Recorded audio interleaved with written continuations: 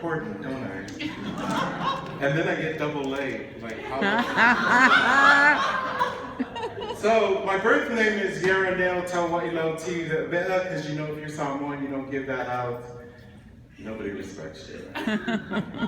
My mother was born in Papua New Guinea, though she never really wanted people to know this. So she claims the village of Laikom. And her parents were missionaries, so that's how far back we go. My dad is from Leone High School. Actually, he was a teacher in Leone High School, but he was from Leone.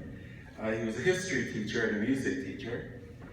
And it's so ironic, as Val was saying, that 35 years ago, next month, is the first time that a bunch of Samoans walked in Pride Parade. Those guys, some of them are not around. So it's a very emotional day. 15 of us who decided to come out back in the 80s, visually there was nobody there to identify with. We only had aunties and uncles who were very fa'afafine, who were seamstresses, or uncles who were very deep in the closet. And so there was really no gaugement of who we were. I mean, I went to beauty school because I thought that's what all fa'afafine males do. Farrah Fawcett hairdo was in at the time, so I did a very mean Farrah Fawcett hairdo. Not cute with Samoan women hair that's all like that. I'm just saying. So after working as a hairdresser, and hated it, really hated it, I was finally exposed to other different types of gay people. And I was like, wait a minute, that construction worker doesn't look like a hairdresser, or that Indian dude did. The YMCA, that's where I'm going with this. But there was nobody who looked like me, or nobody who looked like my transgender sisters from Samoa, or my lesbian butch sisters from San Francisco. So I decided, hey, you know, like a good old Broadway play, let's do Pride. And they're like, oh, no, man, it's on a Sunday, and, you know, our people might be there. And I'm like, excuse me, they all go to church. We'll be the ones there. So my uncle, Mr. Ray Monamea, who's an OG in San Francisco, who was fearless. Every OG back in the day knew that this man could take him down in a minute. I'm his nephew, we needed a truck. So I was like, so uncle, we need a truck for Pride. And he's like, what's Pride? And I go, you know, it's where gay people go out and march. He goes, in my truck. And I go, we won't march in the truck, we just want the sound system to be in the truck. So that was the beginning of that. 35 years ago, if you can imagine that. We did go out and seeking other Pacific Islanders, other Samoans, other Native Hawaiians, any Pacific Islanders who wanted to march to be represented, because we were going to walk up Market Street and show all these Castro Queens and all these bears and all, whatever category you want to name it, that there's some brown people coming. Mm-hmm. And the ironic thing is, 2 years ago, an individual had passed away, and they went to his house, and there were all these videotapes that this man had recorded of Pride parades. And guess who happened to be on one of those parades segments? Were a bunch of brown queens marching up Market Street, dancing to Sife, Sife. The sad thing is, there's only 4 of us left. So today is an important day. That's right. To remember Omasonge McMullen, Roy Moa, Yep. Bruce Coburn, Melanie Elenaka, Tatiana.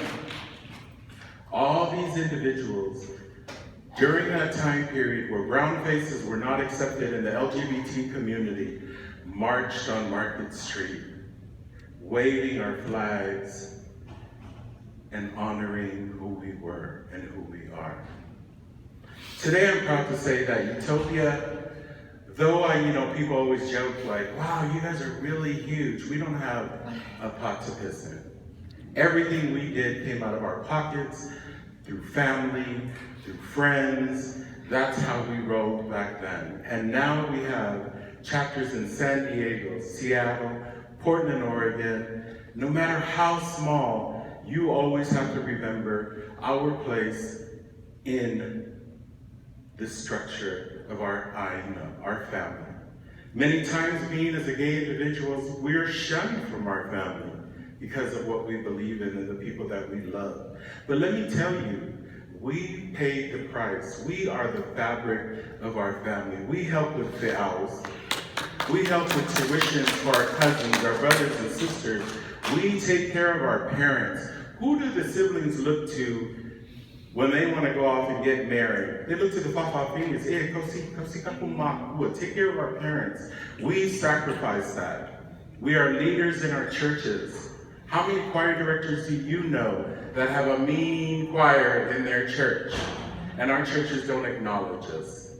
We need to remember that we play a very important part. And that's why this today is the vision that we had 35 years ago. To see all our allies, all our straight brothers and sisters, our LGBT community leaders come together. Who would imagine this would have happened 35 years ago? Nobody.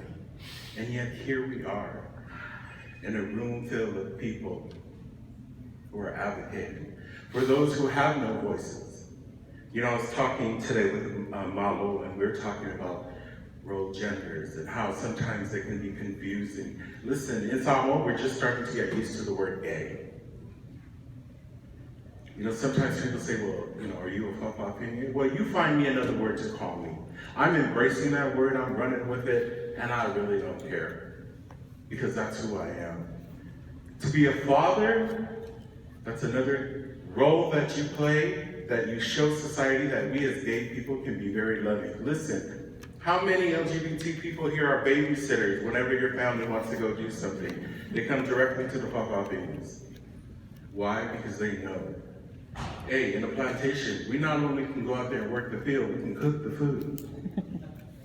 So we deserve a place here that so many people have denied us, and yet today we see the love and support that we have.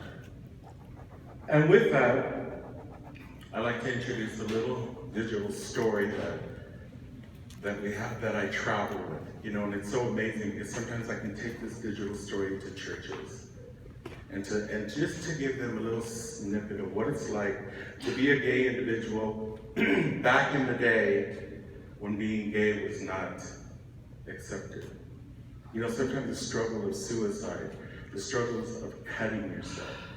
You know, all those things play a very important role of the character and of the person that you are. So this little just snippet in 3 minutes kind of gives you a general idea of some of the struggles that I have gone through during my time as a leader in Utopia. So we could just take a couple of